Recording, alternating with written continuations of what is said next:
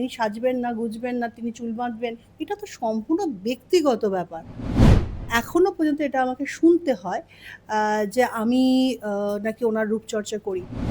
তাহলে কিন্তু আমার সিঙ্গুরের বুকে গিয়ে সিন্ডিকেটের সঙ্গে হাত মেলাতে হতো না।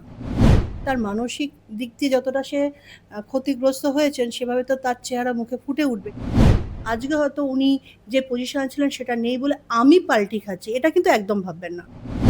নমস্কার, এই সময় লাইভে আপনাদের স্বাগত। আমি এখন যার সঙ্গে বসে রয়েছি তাকে তার আলাদা করে পরিচয় করিয়ে দেবার দরকার নেই। কেয়া শেঠ। কেয়া দিয়ে আজকে আপনার কাছে এসেছি। সবাই যে কারণে আসে আম, সে কারণে নয়, তার থেকে একটু বেশি কারণ। আচ্ছা। আমি একটু জানবো, মানে সবাই জিজ্ঞেস করি নিশ্চয়ই এখন ভাবছেন যে এই এই সময় এই পরিস্থিতিতে দাঁড়িয়ে কেন আসা। একটা রহস্য উন্মোচন করার জন্য, সেই রহস্য উন্মোচন করা ভীষণ দরকার, ভীষণ প্রয়োজনীয় এই সময়ে। প্রাক্তন মুখ্যমন্ত্রী মমতা বন্দ্যোপাধ্যায়ের রূপচর্চার রহস্য। আপনি আমি একটা সত্য কাহিনী এরকম শুনেছি, এবং আমি নিজে তো দেখিনি, কিন্তু শুনেছি প্রচুর, হয়তো আপনিও শুনেছেন। কালীঘাটের বাড়ি, কেয়া শেঠ ঢুকছেন, সঙ্গে তার 8-12 জনের টিম ঢুকছেন। 1 ঘন্টা 2 ঘন্টা পরে বেরিয়ে এলেন প্রাক্তন মুখ্যমন্ত্রী মমতা বন্দ্যোপাধ্যায়ের রূপচর্চা সমস্ত কিছু করে টোরে, মেকআপ টেকআপ সমস্ত কিছু তৈরি করে বা রেডি করে দিয়ে বেরিয়ে এলেন। এইটা কতটা সত্যি, আর যদি সত্যি হয় তাহলে একটু অভিজ্ঞতা তো শুনবই, একটু বলুন। ফার্স্টেই বলি এটা সম্পূর্ণভাবে 100% একটা মিথ জিনিস। মানে মানুষ যেমন একটা ছোট জিনিসকে তিল থেকে তাল করতে শুরু করে, সেরকমই একটা মিথ কিন্তু তৈরি হয়েছে বহু বছর ধরে। এটা আজকের নয়। আমি বলব প্রায় ১৬-১৭ বছর আগে থেকে এই মিথটা চলছে। একজন যখন আ আমাদের মুখ্যমন্ত্রী ১ম আসেন, তার আগে কোনো একজন মানে কোনো একটি মানে ইংলিশ পেপার আমার কাছে এসছিল এবং জানতে চেয়েছিল যে এখনকার যারা আ মানে আ খাটাখাটনি করছেন, যারা নতুন করে আসতে চাইছেন মানে ভোটে, ভোটের সেটা কি জন্য। তাহলে 2011 ওই সময়, মানে যে একদম সময় প্রথম প্রথম? ১ম আচ্ছা আসছে আচ্ছা সেই সময়। তো তাদের কি ধরনের রূপচর্চা, প্রথমত হচ্ছে আমাকে রূপচর্চার জন্যই পেপারগুলো মিডিয়াতে আমার ইন্টারভিউ হয়। তখন ওনারা আরেকটা প্রশ্ন করেছিলেন যে এনারা কিভাবে রূপচর্চা করবেন? না, না, এরা তো রূপচর্চা কোনো মানে করার সময়ই নেই। তবে হ্যাঁ, খাওয়া-দাওয়ার মধ্যে একটু ঠিকঠাক করতে পারেন, ডাবে জল খেতে পারেন, একটু যতটা সম্ভব শরীর ঢেকে চলতে পারেন বা একটা স্বাভাবিক যেরকম কটন জামা পোশাক পরতে পারেন এইটুকুন। কিন্তু সেই কোম্পানি মানে কিন্তু সেই আম পেপার মিডিয়া আরকি সেটাকে রং চড়িয়ে করে দিল যে এই সমস্ত জিনিস আমার ক্ষেত্রে আমাদের হবু মুখ্যমন্ত্রী, তখন হবু ছিলেন, তিনি নাকি এগুলো করেন। তো সেই জায়গা থেকে সেটাকে আরেকটু রং চড়িয়ে, আরেকটু রং চড়িয়ে এখনো পর্যন্ত এটা আমাকে শুনতে হয় যে আমি নাকি ওনার রূপচর্চা করি। তবে এখানে একটা কথা আমি বলব, রূপচর্চা করানোটা বা করাটা আমার পেশা। সেখানে আমি যেকোনো লোককেই করতে পারি। কিন্তু যেটা কখনো আমি করিনি, সেটা দায়বদ্ধতা তো আমি নেব না। আপনি কখনো করেননি? না, কখনোই করিনি। কারণ আপনার কি প্রমাণ আছে আপনি করেননি? আমি তো একটাই কথা বলব যে, আপনার কাছে বা অন্য লোকেদের কাছে কি কোনো প্রমাণ আছে? দিদির সঙ্গে কোনোদিন ছবিতে থাকা, উনার স্টেজে থাকা, উনার সঙ্গে নাচা, উনার সঙ্গে গান গাওয়া। আর যারা আশপাশে থাকে, উনার সঙ্গে কথায় কথা মেলানো, উনার সঙ্গে রাস্তায় হাঁটা, উনার বাড়ির গেটে কখনো দেখা, উনার ঘরের মধ্যে সেটা কখনো দেখা। লুকিয়ে লুকিয়ে, কারণ এটা মানে যেমন ওনার কি শরীর খারাপ হয়েছে, কোন ডাক্তারবাবু দেখতে আসেন, সেটা যেমন জানতে দেওয়া হয় না, তেমনি এই রূপচর্চার ব্যাপারটাও। কারণ সবাই যে বলে এই যে ফেসিয়াল করে এসছেন, দেখেছো, ওই দেখেছো চুলটা হচ্ছে, মানে এইগুলো যেগুলো বলা হয়, এই দেখো কেয়া শেঠি এটা করতে পারেন। হ্যাঁ, নিশ্চয়ই আপনিও নিশ্চয়ই এটা শুনেছেন। আপনি কি প্রচুরবার কি কি শুনেছি। শুনেছেন, কে কে জিজ্ঞেস করেছেন? প্রচুরবার শুনেছি, প্রচুর রকম জায়গাতে শুনেছি।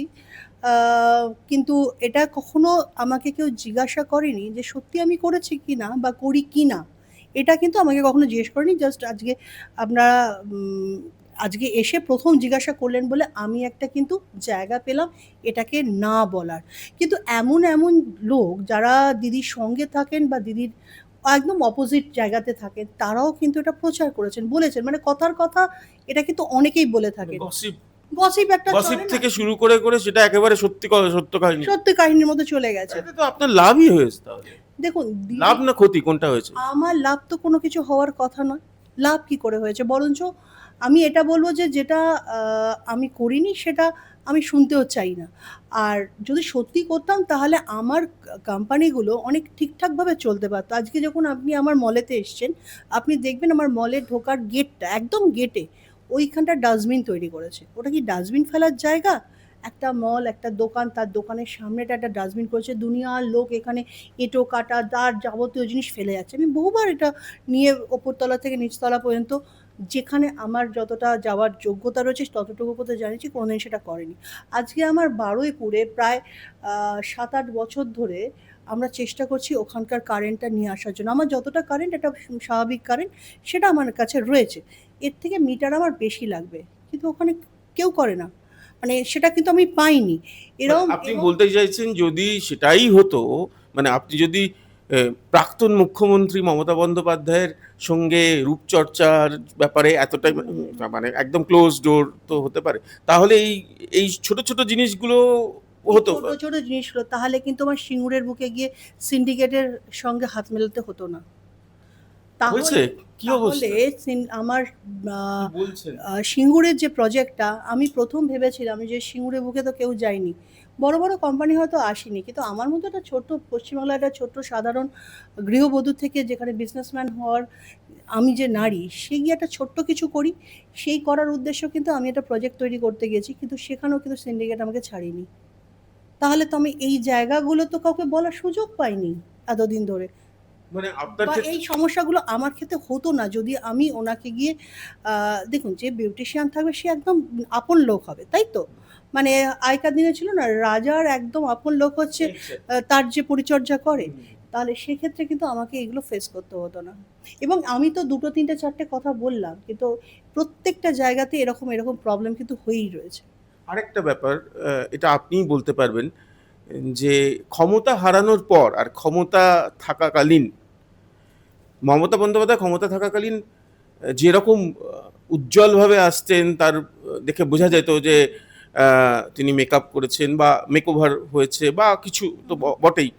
আর ক্ষমতা চলে যাওয়ার পরে তারপরে তাকে তার আসল রূপে মানে দেখা যাচ্ছে যে তিনি বয়স হয়েছে ইত্যাদি, এগুলো নিয়ে চর্চা নিশ্চয়ই আপনার কানে, এই যে কেয়া শেঠ চলে গেছে, কেয়া শেঠ আর সঙ্গে নেই, সেই জন্য এটাও দেখুন, এটাও নিশ্চয়ই।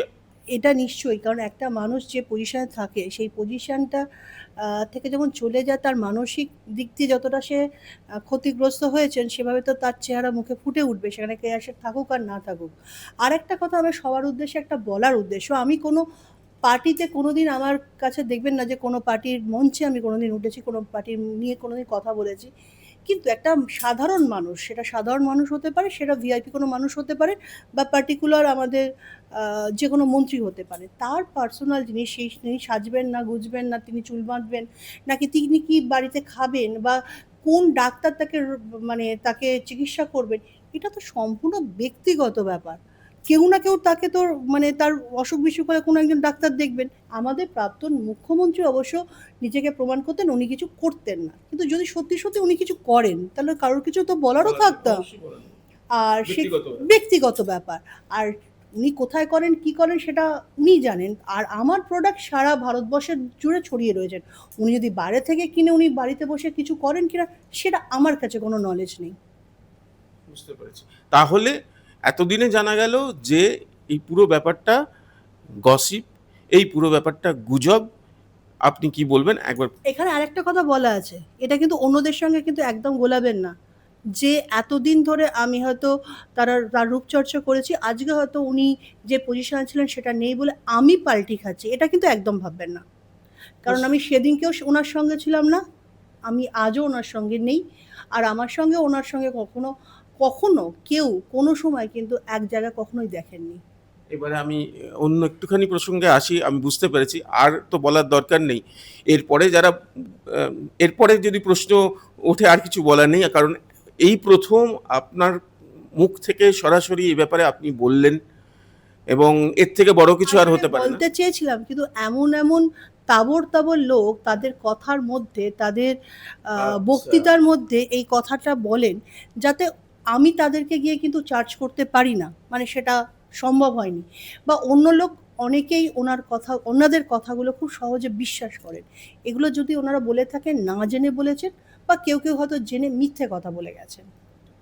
এবার একটুখানি নতুন সরকারের ব্যাপারে আসি। আপনি বললেন যে বেশ কিছু জায়গায় যেমন সিঙ্গুরে বাধাপ্রাপ্ত হয়েছেন এবং এখনো এবং পর্যন্ত আমার কাজটা বন্ধ রয়েছে। প্রজেক্ট বন্ধ। এখনো পর্যন্ত প্রজেক্টটা বন্ধ আছে। আপনার একটা জায়গায় ইলেকট্রিসিটির প্রবলেম রয়েছে এবং এই জায়গায় দাঁড়িয়ে কলকাতা মানে খোদ কালীঘাট এইখানে আপনার যে এই কালীঘাটেই আমার কলেজ রয়েছে। কলেজের সামনে যে জায়গাটা, পুরো জায়গাটা পাশের যে ওখানে গাঁজা খায়, মদ খায়, নোংরা করে রেখে দেয়। সমস্ত যে ফেলে দেওয়া জিনিসগুলো ডাম্প করে রেখে দেয়। গাড়ি ভর্তি করে নোংরা ময়লা ওইখানে রেখে দেন। আমি কিন্তু এখানকার প্রশাসন থেকে আরম্ভ করে সব্বাইকে জানিয়েছিলাম। ওনারা কিন্তু কিচ্ছু করেননি। এইবার তাহলে কি আপনি একটু বুক বাঁধছেন, আশার আলো দেখছেন? এটা যদি একটু বলেন। দেখুন, মানুষ তো আশাতেই বাঁচে।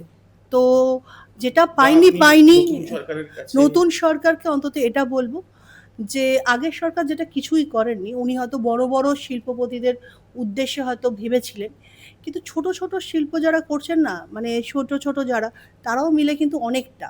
তো উনি হয়তো তাদেরকে সহযোগিতা করবেন, প্রাপ্য সম্মানটুকু দেবেন, এবং ব্যবসা চালানোর পরিবেশটা তৈরি করবেন। বাংলাটা ব্যবসা চালানোর পরিবেশটা কিন্তু তৈরি নেই, ওটা একদম নষ্ট হয়ে গেছে। আমি একজন মহিলা উদ্যোগপতি হিসেবে বলতে পারি যে এখানে বাংলায় এতদিন ধরে যদি ব্যবসা করে এসছি, তো নিজের লড়াই করে করে এসছি, জোর করে করে এসছি। এখানে কিন্তু সেই সহযোগিতাটা কখনোই আমরা কিন্তু সরকারের থেকে পাইনি। আমি এখনকার মুখ্যমন্ত্রীকে শুধু এটাই বলবো যে এমন একটা পরিবেশ তৈরি করুন, সেটা নারী হোক পুরুষ হোক, সুষ্ঠুভাবে সুন্দরভাবে যেন ব্যবসাটা করতে পারে, শিল্পটা করতে পারে। সেটা ছোট হতে পারে, বড় হতে পারে, বা অনেক বড় হতে পারে। অনেক ধন্যবাদ দিদি কথা বলার জন্য। তাহলে তো বুঝলেন, এই প্রথম একটা যে যে ধারণা, যেটা গুজব বলবেন, গল্প বলবেন, গল্প বলবেন, সেটা তো অনেকের মনে একেবারে গেঁথে বসেছিল যে মমতা বন্দ্যোপাধ্যায়ের রূপচর্চা, ও তো কেয়া শেঠ। সেটা কেয়া শেঠের মুখ থেকে সরাসরি শুনলেন তিনি কি বললেন। এরপরে আর আমার কথা কোনো বলার প্রয়োজন নেই। রিক্তমের সঙ্গে প্রীতম দে, এই সময় লাইভ।